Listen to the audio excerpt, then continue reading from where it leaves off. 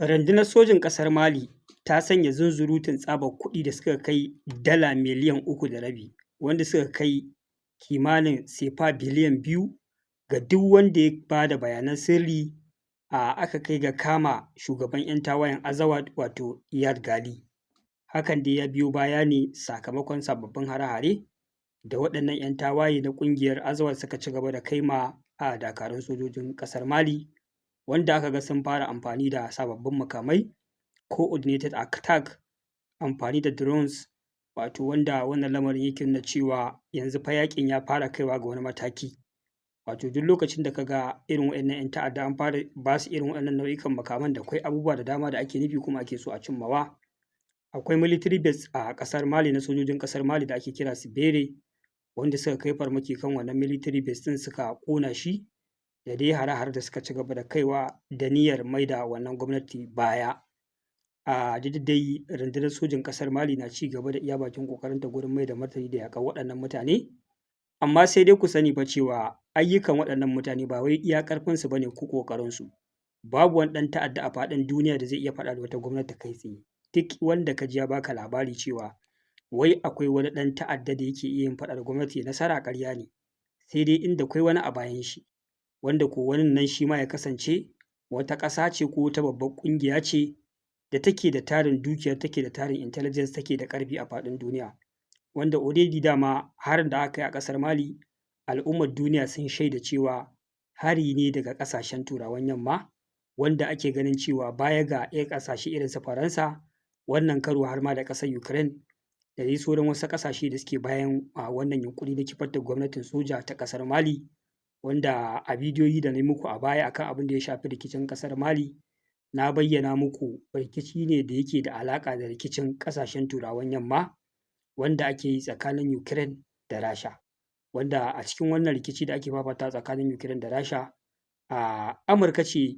uwargijiyar wannan yaƙi, amma waɗanda suka fi ruwa da tsaki, ƙasar Rasha ta fi jin haushinsu, ba ƙasar Amurka ba ce, ta fi jin haushin Germany da Faransa, domin babu wanda yake ci gaba da ɗaure ma wannan yaƙi gindi, yake ci gaba da tsayawa tsayin daka sai an kai Rasha ƙasar a yanzu haka, kamar shugaban ƙasar Faransa da gwamnatin ƙasar Germany, wanda shugaban ƙasar Faransa yana yin haka ne sakamakon baƙin ciki da ɓacin ran irin abin da Rasha take yi a Afirka. Ma'ana ana ganin cewa mafi akasarin waɗannan ƙasashe guda uku da suka ɓalle suka koma mulkin soja suna samun tallafawa ne ko kuma suna da haɗin kai da ƙasar Rasha ne, wato Nijar, Mali da Burkina Faso, wanda kuma ilahirin waɗannan ƙasashe da suna ƙarƙashin ikon Faransa ne. Tana zuwa cikin waɗannan ƙasashe ta ci karenta babu babbaka, ta ɗibi dukiya, kai baya ga ɗiban dukiya da gadar da fatara da talauci a waɗannan ƙasashe, har sai da ta kai ga shugabannin waɗannan ƙasashe sun tumbatsa sun fara ƙoƙarin taɓa abubuwa da suka shafi hukunce-hukunce na ƙasa, da abubuwan da ma wasu taɓa addinin musulunci ne da musulmai, saboda tsabar samun iko na banza da wofi, wanda mafi akasarin waɗannan shugabannin da suke mulki a lokacin farar hula kawai suna azurta kansu ne da zuri'arsu da abokanansu, sun bar al'ummar ƙasa cikin wani mawuyacin hali, wanda a wannan karo waɗannan gwamnati suka zo suka karɓe iko, suka ci gaba da yin abin da ya dace na farfaɗo da tattalin arzikin ƙasashensu da kuma taimakon al'ummarsu, wanda wannan abu ne yake ci gaba da yi ma ƙasar Faransa zafi, take ta neman hanyoyi da za ta bi ta tuntsirar da waɗannan gwamnati, ta dawo ta ci gaba da ɗiban ganimar da ta saba ɗiba a waɗannan ƙasashe, ta rasa hanya. Haka nan dai babu gaira babu dalili ƙasar Faransa ba za ta ce ta ɗauko sojoji ta zo yaƙi da Nijar, Mali ko Burkina Faso ba, domin ba su mata laifin komai ba. To wace hanya za ta bi? Dole dai a yi amfani da 'yan ƙasa. Idan 'yan ƙasa suka ba su haɗin kai za a iya kifar da gwamnati. To al'ummar waɗannan ƙasashe guda uku kacokan ba sa goyon bayan ƙasar Faransa, kuma suna goyon bayan gwamnatinsu 100%. Kenan 'yan ƙasa ba za su taimake su a kifar da gwamnati ba, ko kuma su zo suna zanga-zanga suna sai an bar mulkin soja an dawo mulkin demokarasi. Inda za su samu irin wannan ƙofar a fara zanga-zanga, za su iya shigowa su ce to sun zo su tabbatar da demokaradiyya, saboda haka za su taimaki al'ummar ƙasa a kifar da gwamnatin soja a mulkin demokarasi. Dama ƙa'idar kenan. To ba a yi haka ba. To yanzu wace hanya ce za a bi? Dole sai a je a nemo sojojin haya na 'yan ta'adda a sauran ƙasashen ƙetare waɗanda aka saba amfani da su ana farraƙa manyan ƙasashen duniya, ba wai iya Afirka ba. Dole a turo su irin waɗannan ƙasashe su zo su musu aikin da suka kasa. To wannan shine fasalan da aka ɗauka, ana bin waɗannan ƙasashe ɗaya bayan ɗaya, kowace ana jarraba menene zai aiki a kanta domin a yi nasara. kamar yadda aka jaraba juyin mulki a Burkina Faso bai yi nasara ba, aka turo 'yan ta'adda suka shigo cikin ƙasar Nijar ba su yi nasara ba, su ma ƙasar Mali aka turo 'yan ta'adda kusan kimanin 12,000 ba su yi nasara ba, yanzu kuma dai an ci gaba da yin wani abu na ƙoƙarin destabilizing ɗin ƙasar Mali kafin daga bisani a samo hanya ƙwaya ɗaya tilo da za a iya tarwatsa wannan gwamnati, wanda shi ne fa gwamnatin kawai ta ga bari maimakon ta rinƙa kashe ƙananan 'yan ta'adda a ce nan an kashe 50 nan an kashe 30 ba yaƙi ba ne da zai ƙare domin shi ɗan ta'adda kawai haye shi ake a kowace ƙasa ma za a iya samo shi a kawo shi ya maka ɓarna. Amma in ka sare kan macijin ka huta da fitina. Wannan shi ne dalilin da ya sa gwamnatin ƙasar Mali ta yanke shawarar to kawai bari ta afka ma asalin jagororin idan ta gama da su ta iya yiwuwa abubuwa su daidaita domin tsawon shekarun da aka ɗauka a kan dai wannan matsalar ta jagororin Azawad wanda Iyar Gali yake jagoranta ita ce ake ci gaba da amfani da ita yanzu ana ƙoƙarin rura wutar fitina a wannan ƙasa. Shi da ta sanya $3.5 million ga duk wanda ya ba da bayanan sirrin da ya kai ga kama wannan shugaba ko hallaka shi. Babbar magana nan fa garaɓasa ce, ina jin kana ƙasar Mali kai ma ka shiga bazama neman Iyad Gali ka ba da bayanan sirri. Wani abu da nake so in ɗan ƙara haskawa mutane shi ne musamman al'ummar Afirka, al'ummar waɗannan ƙasashe da muke fama da rikici. Waɗannan ƙasashe suna da rikici amma dai nasu da sauƙi, magana ta gaskiya a kan na Najeriya duk da dai nasu ma babbar rigima ce saboda suna faɗa da Turawa ne. Abin da yake faruwa shi ne waɗannan 'yan ta'adda a yanzu fa abin da ya sa kuka ga ba sa iya nasara ko kuma ƙarfinsu bai kai su kifar da irin waɗannan gwamnatoci na Nijar ko na Mali da sauransu ba. Wallahi halin da Turawan suka tsinci kansu ne a ciki a yaƙe-yaƙen da suke fama da shi a tsakaninsu. Da a ce mutanen nan hankalinsu a kwance yake, ina muku rantsuwa da Allah irin conspiracy ɗin da za su shiryo ma Afirka sai al'umma sun ɗanɗana kuɗarsu. Yanzu dai kun ga yaƙin Ukraine da Rasha yadda yake ci gaba da laƙume musu kuɗaɗe, ba da Rasha ake faɗa ba da Ukraine ake wannan faɗa ba da su ake faɗa. Suna ɗiban kuɗaɗe, suna ɗiban makaman ƙasarsu, suna ɗiban sojoji da machineries, su suke ƙarfafa wannan yaƙi ake ci gaba da yi kusan shekara 4 kenan. Daga ran da suka ɗan dakata ko suka ce sun daina taimaka ma Ukraine, kai tsaye Rasha za ta yi nasara a kansu wadda kuma wannan babbar faɗuwa ce a gare su. Shi ya sa har yanzu hankalinsu yana can. Ga kuma yaƙi da ake tsakanin Ukraine da Amurka da ƙasar Yahudu wanda shi ma ya tsayar da duniya cak. Har yanzu dai hankalinsu ba a kwance yake ba su natsu sun dawo kan al'ummar Afirka ba tun lokacin da waɗannan ƙasashe suka musu bore. Duk lokacin da ba fata ake ba waɗannan mutane waɗancan yaƙunƙunan suka yi musu sauƙi za fa su dawo yankin Afirka ne. Duk wani wanda yake ɗan nuna musu yatsa ko kuma yake hana ruwa gudu game da muradansu za su iya bakin ƙoƙarin su ga sun kai shi ƙasa sai dai muna roƙon Allah subhanahu wata'ala kada ya ba su nasara. Allah kada ya ba su nasara akan waɗannan ƙasashe. Abin da nake so in haska shi ne yadda suka fara amfani da modern makamai na zamani. Wallahi na daɗe ina jin tsoro a ce yau ɗan ta'addan Afirka ya kai matakin da zai iya sarrafa drone.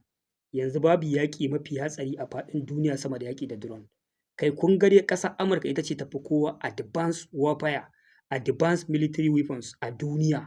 Duk wani nau'in sabon makami a duniya za ku ga ƙasar Amurka tana da shi. Amma yaƙin da ta yi a Iran ya koya mata wani darasi da suka koya wanda aka ji shugaban ƙasar Amurka yana cewa su ma za su kwaikwayi irin salon wannan yaƙi. A yanzu haka in advance suna so su ƙirƙiri drones kusan guda 300,000 su ajiye. Saboda yanzu za ka iya zuwa ka ƙera jirgin biliyan 1 a turo drone ɗin 10,000 ya lalata shi ya ja maka bala'i. Aircraft carrier na ƙasar Amurka wanda yake ɗaukan jiragunan yaƙi irin su F-35, F-15, F-15E da dai sauran waɗannan jiragen da helicopter Black Hawks kaga an taso jirgi ƙwaya ɗaya ɗauko jirage kala-kala. To wallahi sai kai swarm of drone na dala 10,000 kamar guda 100 ko 200 su afka ma wannan jirgi su nemi su tarwatsa shi da ilahirin dukiyar da take kan shi. Wanda su kansu suka gane cewa yanzu fa yaƙi da irin waɗannan jigajigan makaman ma hatsari ne in dai kana kusantar ƙasashen da kake yaƙi da su za su iya maka ɓarna. Kai za a iya biyo ka har cikin ƙasarka da drone ma a je a samu airbase ɗinka a farmai da waɗannan ƙananan drones ɗin a ƙona wannan drone ɗin a ƙona wannan dukiyar taka. Saboda haka drone abu ne mai mugun hatsari. Ku duba tsaro irin na ƙasar Rasha fa. Ku duba Rasha ɗaya ce daga cikin manyan ƙasashe guda 3 a duniya da suka ƙware a yaƙi suke da makamai da interceptors. Amma a yanzu haka yaƙin da suke da Ukraine sai a harba drone ya ƙetare birane ya kai cikin Moscow ya je ya ɓanna. To jama'a 'yan Afirka maganar da nake yanzu an zo an ba 'yan ƙungiyar Azawad da 'yan Janim ɗin nan su zo sun fara amfani da drone suna kai hari military base ɗin ƙasar military base ɗin sojojin Mali. To idan aka kuskura aka reni 'yan ta'addan Afirka da irin waɗannan drones ɗin suka ƙware amfani da su, ina muku rantsuwa da Allah mun shiga uku mun lalace. Mu dama ba mu ma da interceptors, ba mu da komai. In aka ba wata fada shugaban ƙasa da drone ba zai iya kaiwa ba a Afirka, dan ban san wata ƙasa da take da iya defense ba, in ba kwanaki da na ji an ce ƙasar Rasha ta ba Mali, ta ba Burkina Faso S-300 ba, ban sani ba da suke da wani interceptor za su iya tare drones. Yanzu irin waɗannan 'yan ta'addan kai ta iya yiwa ma Turawan su zo su shiga cikinsu su rinƙa control ɗin drone ɗin nan gurin kai hare-hare a irin base ɗinmu ko wasu ofisoshi na gwamnatin ƙasashenmu da suke so su kifar, wanda wannan abu yana matuƙar ban tsoro. Allah kada ya ba su nasara, amma dai gashi fa sun shigo wannan matakin. Misali kamar Najeriya, an ga yadda ake ta faɗa da 'yan ta'adda, wasu abubuwa da suke faruwa a 'yan kwanakin nan, raina na matuƙar ɓaci, ba na jin daɗi ko misƙalar zarratan. Wato 'yan ta'addan nan akwai wani abu da suke nufi, kamar suna so su kai maƙura gurin fusata al'ummar Najeriya ne. Abin yana min kama da hankalina na rabuwa gida biyu. Ni ina ganin ba wai iya zallar ayyukan 'yan ta'addan ba ne yanzu ya motsa. Kun san siyasa ta matso, dole za a rinƙa yin wani abu da za a dinga tunzura al'umma domin su fahimci cewa fa babu tsaro, su fusata, su yi bore, su nuna ba za su zaɓi wata gwamnati ba. Abin yana kama da politics. In kun lura a kwanakin nan abubuwa sun yi ƙamari, a kama mutane, tsofaffi, matan aure a yi ta duka. Yanzu abin har ya kai ga ai bidiyo ma ana fasikanci da matar wata mace a tura wai 'yan ta'adda ne. Domin in ka gani abin ya kai maƙurar ƙazanta ka ce gwamnati ta gaza ko wani abu makamancin haka, kai ko da ana yi ne don yarfe a lalata wata gwamnati, to sakacin da ake a kan 'yan ta'addan nan ya fara wuce gona da iri. Bai kamata a ce ana bari matakin abubuwa yana kaiwa irin wannan ba. Ni ban ma yadda a fake da lamarin siyasa ba ce, na san cewa akwai halin, za ta iya yiwuwa akwai hannun 'yan siyasan da suke so su tunzura ayyukan ɓarna su zafafa a Najeriya don a ce ba tsaro a kifar da gwamnati. Kamar misali kudancin Najeriya za ku ga da ai babu sace-sacen mutane, amma yanzu su ma an kai musu domin su ma su fusata, su nuna cewa dole sai gwamnati ta ƙare. Misali kenan. Nan kuma arewa already dama ana yi. Mu abin ma tun yana ba mutane haushi ya daina ba su haushi. To yanzu an fara yin abin da dole sai ranku ya ɓaci. A yi bidiyo ana fasikanci da mace, a yi bidiyo ana dukan tsoho ko ana matan aure wani abu makamancin haka, dole al'umma ransu zai rinƙa fusata. To dama wannan shi ne abin da ake gaya, idan gwamnati ta gaza kare rayukan al'umma ko ta yi sakaci ana aikata laifuka, to laifukan ƙara girmama suke yi. To yanzu sakacin da aka yi na rashin kawo ƙarshen waɗannan 'yan ta'addan, har shi ne suka fara kaiwa ga irin wannan matakin. To irin wannan fa kenan. Ba ma fa a kai ga ƙungiyoyi irin na su ba boko, irin su Ansara, irin su ISWAP, su Lakurawa ba, su ayyukansu ma ba shi ake magana ba. Wannan ana magana na 'yan iskan daji ne masu kama mutane suna karɓan kuɗin fansa a hannun talakan da shi kanshi zaluntar shi ake a wannan ƙasa. Al'ummar Afirka suna cikin wani yanayi, duniya ta riga ta shiga wani yanayi. An samu wasu irin jagorori da ba su da fikira, ba su da basira na bunƙasa tattalin arziki kamar na da. Yanzu kawai fashi da makami ake. Idan ka fa mutum ka afka ma ƙasar shi da yaƙi ka kwashe dukiyar shi kai gaba da ita.